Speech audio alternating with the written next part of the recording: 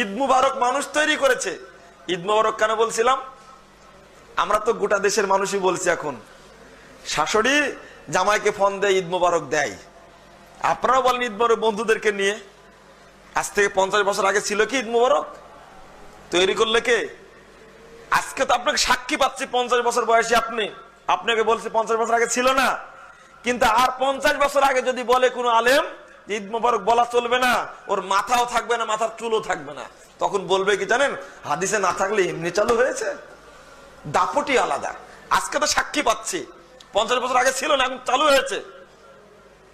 বরং ঈদের সময় বলতে হবে কি তাকাব্বালাল্লাহু মিন্না ওয়া মিনকা। এটা সাহাবীরা বলতেন পরস্পরে। হাদিস তো সহিহ। ফতুল বারী খুলুন আপনি, 2 নম্বর খণ্ডের 567 পৃষ্ঠার মধ্যে এই হাদিসটি নিয়ে আসছেন।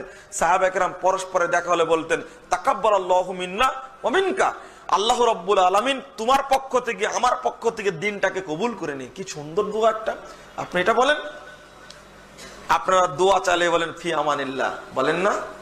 এটা তো শরীয়ত, এক একটা দলিল নেই কিন্তু শরীয়ত হয়ে গেছে। কি শরীয়ত হয়ে যায়নি এটা?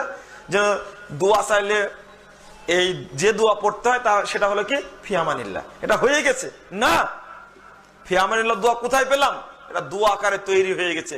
সবাই বলে, আলেম, হুজুর, মুফতি, পীর, মাশায়েখ সবাই বলে ফি আমানিল্লাহ, কোনো দলিল নেই।